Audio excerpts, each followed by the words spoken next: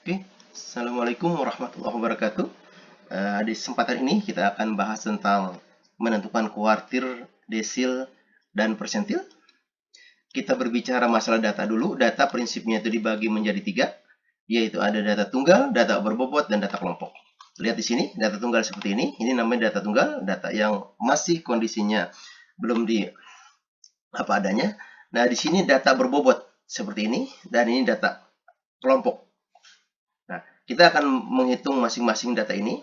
Nah, kita berbicara mengenai kuartir. Nah, kuartir itu definisinya data dibagi 4 sama rata setelah data diurut dari yang terkecil hingga terbesar. Jadi ada kuartir itu bagi 4, berarti kuartir itu ada 3. Ada kuartir 1, disebut kuartir bawah, K2, kuartir tengah, K3, kuartir atas. Nah, ini kalau datanya tunggal dan berbobot, kita pakai persamaan ini. Kalau dia kelompok, pakai persamaan ini. Oke, nah, kita kasih contoh untuk data tunggal. Ini tunggal berarti kan? Nah, kita lihat sekarang. Kita disuruh mencari kuartil atas, berarti K2. Di sini datanya sudah diurut belum? Kita lihat. 2, 3, 5, 6, 7, 8. Dari yang terkecil hingga terbesar sudah diurut. Berarti kita nggak perlu mengurut lagi. Nah, untuk mencari K2-nya, ini ada beberapa metode. Yang di sini saya pakai metode persamaan ini. Bahwa KI sama dengan I itu menyatakan kuartirnya. KI sama data ke I kurung buka N plus 1 bagi 4. Nah, kalau kita mencari K1, maka I-nya kita ganti 1. Kalau mencari K2, I-nya ganti 2. Kalau mencari K3, I-nya ganti 3. Karena di sini soal mencari kuartil atas, berarti kuartil 3. Berarti I-nya ganti dengan 3, sehingga persamaannya seperti ini. I3, jadi data ke 3, N plus 1 bagi 4. N menyatakan banyaknya data. Kita hitung 1, 2, 3, 4, 5, 6. Berarti 6 tambah 1, 7. 7 kali 3, 21. 21 bagi 4 berarti 5,25. Ini menyatakan bahwa data jatuh pada urutan ke 5,25. Nah, hasilnya berapa? Kita hitung di sini. 1, 2, 3, 4, 5. Karena 5,25 berarti dia jatuh di sini. Di antara 7 dan 8. Nah, kita ambil dulu sampai 5. Ini kan berarti 7. Tarik ke sini 7. Plus sisanya 0,25 dikali setelah jatuh 8. Sebelum jatuh 7. Berarti 8 kurang 7. 1 kali 0,25. 0,25 tambah 7. Berarti 7,25. Ini untuk mencari kuartir data tunggal. Baik K1, K2 sama seperti ini. Tinggal ganti I-nya saja dan caranya sama persis. Oke. Selanjutnya kalau misalkan kita datanya kelompok. Kelompok, nah kita cari ini data kelompok. Nah, pakai persamaannya, ini persamaannya. Kita mulai dari sini. I per 4 kali N. I menyatakan K1, K2, K3. N menyatakan jumlah frekuensi 40. Karena yang dicari K2 berarti ini I per 4 kita ambil. Nah, I-nya ganti dengan 2. N-nya ganti dengan 40. Sehingga kita dapatkan 2 per 4 kali 40 hasilnya 20. 20 ini untuk menentukan kuartil 2 jatuh di mana. Nah, karena kuartil itu diurut dari atas urutnya. 6, butuhnya 20, tambah 3, 8, 9, butuhnya 20, masih kurang, tambah 14, 23, 23 lebih. Nah, berarti sampai sini 20 kurang, sampai sini 20 lebih. Berarti 20 ada di dalam ini. Nah, ini yang kita mainkan kelasnya. Langsung masukkan ke persamaan. Ini tepi bawah kelas, berarti tepi ini 50 dikurang 0,25. 49,5 ditambah I per 4N ini kan 20.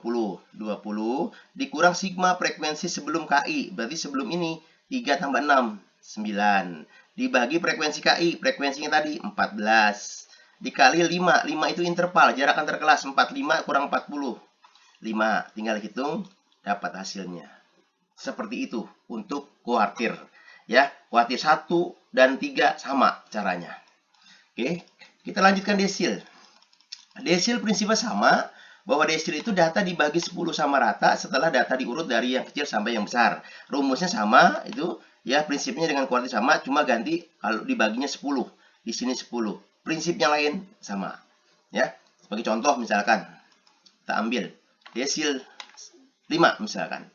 Nah, lihat, sudah diurut belum? Sudah. Berarti kita tinggal masuk rumus persamaannya. Kita masukkan, I-nya ganti dengan 5. Kenapa? Yang diminta desil 5 di sini. Berarti masukkan seperti itu. 5, 6 dari mana? Dari jumlah banyaknya data, 6. Nah, 6 tambah 1, 7. 7 kali 5, 35. 35 bagi 10 berarti 3,5. Berarti jatuhnya desil 5 pada urutan ke 3,5.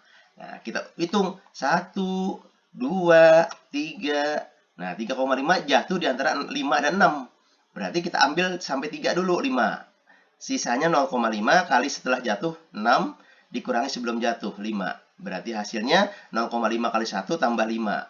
Berarti 5,5. Itu untuk data tunggal. Oke. Selanjutnya untuk data kelompok desil. Prinsipnya sama, yaitu desil. Prinsipnya kita ambil persamaannya seperti ini, kita mulai dari sini. Ya, karena dia yang ditanya desil kedua, berarti I-nya ganti 2, N-nya 40. Kita masukkan seperti itu.